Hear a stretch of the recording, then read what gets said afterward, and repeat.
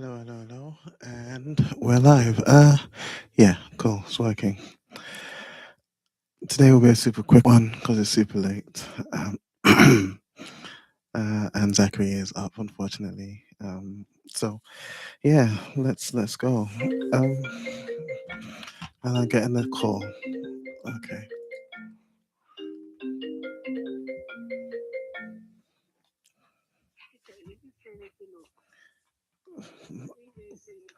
I said okay. Oh, I'm streaming now.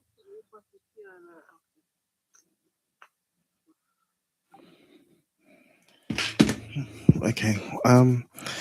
So Abraham's faith gets tested, and we all know the story, right? God tells Abraham to take Isaac, go and sacrifice him, and Abraham does. Now, later on in the New Testament, it's sort of confirmed that Abraham likely believed Isaac would be born, would be resurrected, and that's what's going ahead with it. Um, but yeah, he does, and God stops him just as he's about to sacrifice him, and provides a ram for the sacrifice, and that's where Jehovah Jireh comes from. The Lord will provide. I think the main thing that stood out to me was the fact that the context within which the Lord provided was once Abraham had already given everything to him. So Abraham had already sort of relinquished everything. He had already sacrificed. In his head, he was going to sacrifice Isaac. When he had already given everything to God, God then provided. And I think there's something that we probably should be more mindful of, especially when we say Jehovah Jireh, that the Lord will provide, is to recognize the circumstances under which the Lord provided for Abraham. It wasn't just the Lord will provide my every whim and want. It's Abraham had given everything to the Lord. He truly feared him, and that's when God would provide. But we also see Abraham finds out that he's got relatives being in back with his in his father's land. Um, not necessarily a conditional provision, but rather I think it's. So Ade just asked, is it conditional provision?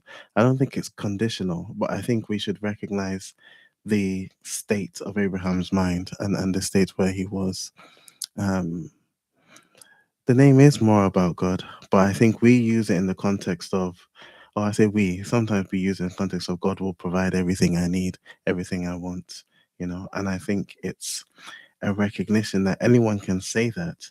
But when Abraham really named the place Jehovah God provides, he was naming the place recognizing that he had already, given everything back to God. It was his only son, Isaac. He was ready and willing to sacrifice Isaac. And then God was going to provide. And then God provided actually. So I think it's worth noting that like we say God will provide, but have we relinquished everything to him? Have we truly relinquished everything to him? Um, Anyway, so Sarah, burial of Sarah. Sarah dies at 127 years, um, making Isaac probably, I want to say 37 now. Yeah, so Sarah dies and Abraham buys this cave as a burial place. And there's Abraham doesn't just take it on charity, he pays for it. And makes a big deal out of paying for it in the presence of all the witnesses. And that's in 23. And in 24, Abraham commissions his servant to um, to go and grab him a wife for his son. And his servant goes and does the prayer, by the well, uh, prays for God to bring a woman who would not only give him water, but give his camels water as well. And I think it's an interesting prayer, right? Because in as much as he's doing this, if he prays, if the woman is to say, when I ask her for water, yeah, you have water and I'll feed your camels too. It's actually not an easy thing to do because we know camels, and let me see how much camels drink, because we know that they can drink a about 30 to 40 gallons. Um, or even up to 200 liters in just a few minutes. So camels can drink a lot of water. So for the lady to not only be willing to give him water, but then to offer up to feed water the camels as well, if a single camel can drink almost up to 30 to 40 gallons, and there are at least more than one, that's a lot of work that Rebecca is offering to do for this stranger. And that obviously speaks to her character. So the prayer was a very wise one that I think gets a will get a good woman for his master's son, and ultimately does. And that's Genesis 24.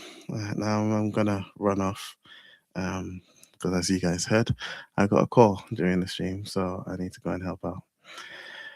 Tomorrow's readings will be Genesis 25 to 26, and hopefully we will all be here, God willing, to do that.